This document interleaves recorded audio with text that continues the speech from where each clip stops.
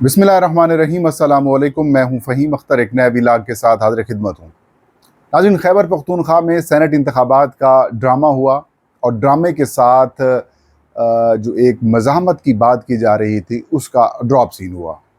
आज सारा दिन खैबर पख्तूनख्वा के सेनेट इंतखाबात को लेकर पाकिस्तान की नेशनल मीडिया के ऊपर बड़ी ख़बरें आती रहीं और तमाम तर तवज्जो का मरकज़ आज पेशावर यानी कि खैबर पख्तूनख्वा का सूबा ही रहा। 21 जुलाई 2025 को, यानी कि आज नहीं कल, जब आप वीडियो देख रहे होंगे शायद 21 हो जाए, तो दिन 11 बजे के करीब या 10 बजे के करीब सेनेट ऑफ पाकिस्तान के इंतखाबात की पोलिंग का वक्त जो है वो शुरू हो जाएगा। लेकिन आज क्या होगा, यानी कि 21 जुलाई को क्या होगा, जिसका अभी कुछ देर पहले ड्रॉप सीन हुआ है, वो हम आपके साथ शेयर करते हैं। खैबर पख्तूनख्वा के जब सेनेट के इंतखाबात की तारीख इलेक्शन कमीशन ऑफ पाकिस्तान ने ऐलान की तो सबके जहनों में एक ही सवाल गूंज रहा था कि क्या इस बार भी सेनेट के इंतखाबात यहाँ खैबर पख्तूनख्वा सूबे के हो जाएंगे या फिर वो नहीं होंगे।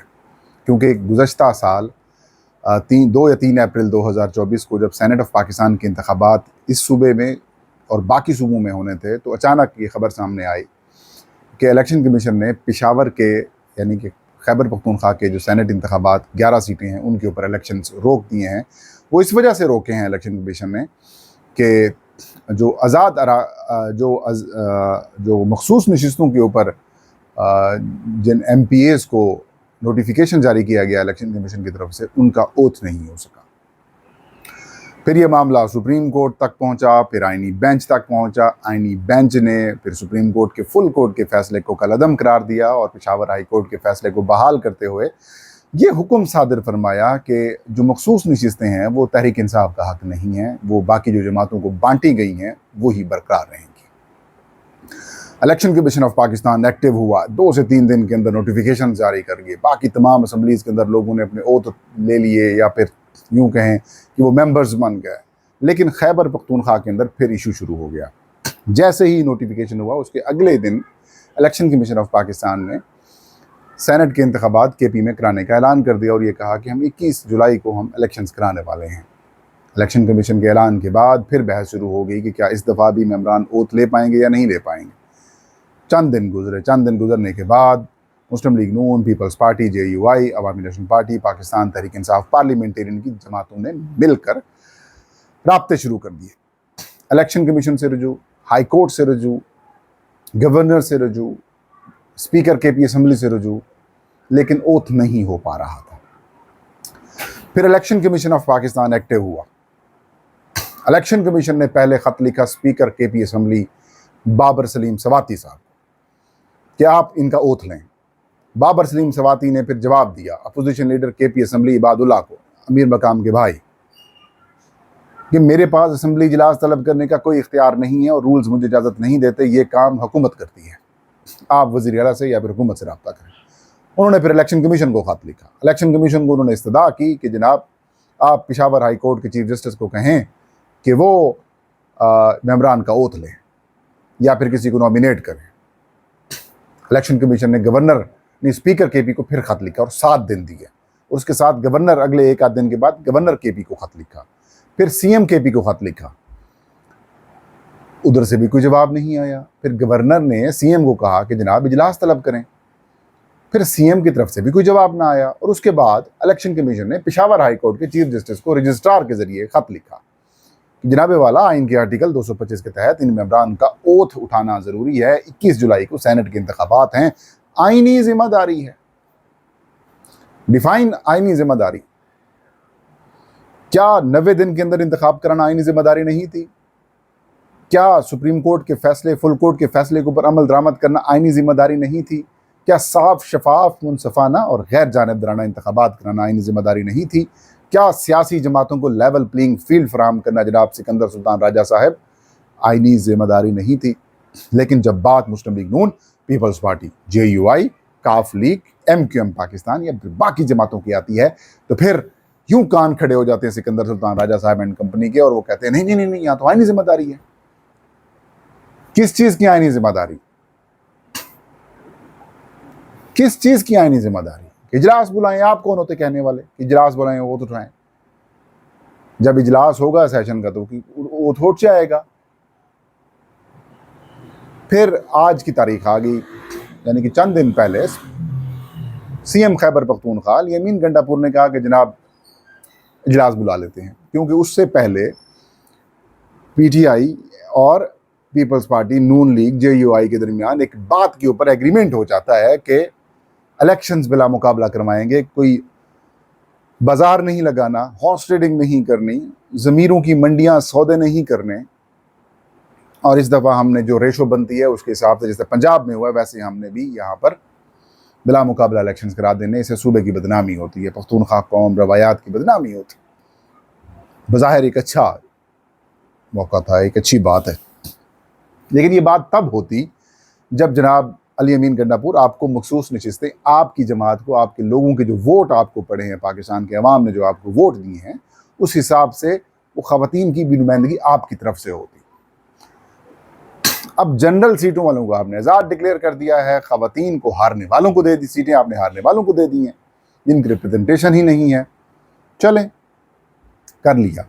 फिर ट्विस्ट आता है कहानी के अंदर। कहानी के अंदर ट्विस्ट ये आता है कि जो आज़ाद अराकीन हैं, जो पीटीआई के जो अराकीन असम्बली हैं, उनकी हमायत से जो पहले उम्मीदवारान थे वो नाराज़ हो गए कि मिर्ज़ा अफरीदी कैसे आ गए हैं इस लिस्ट में। मिर्ज़ा अफरीदी को ऊपर एतराज़ शुरू हो गया। फिर एक तहरीक की शक्ल इख्तियार कर गई।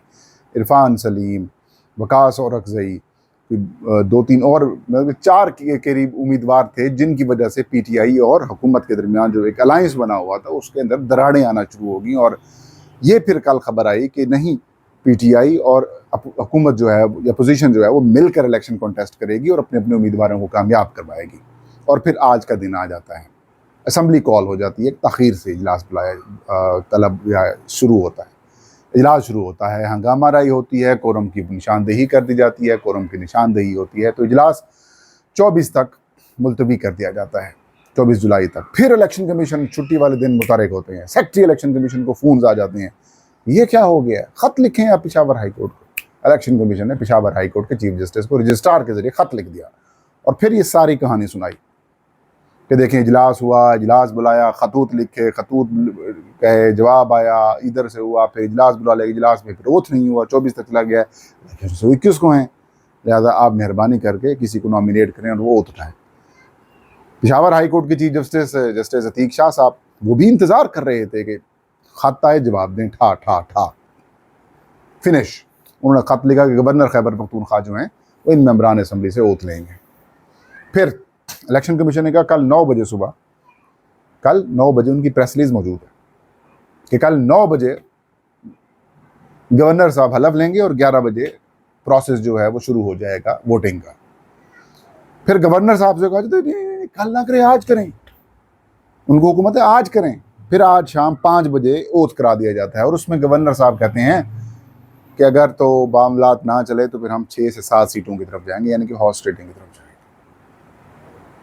फिर खबरें सामने आना शुरू हो जाती हैं कि वकास साहब बैठ गए हैं, कि आयशा बानो है वो बैठ गई हैं, फिर इरफान सलीम को भी मैनेज कर लिया, तो ड्रॉप सीन हो गया।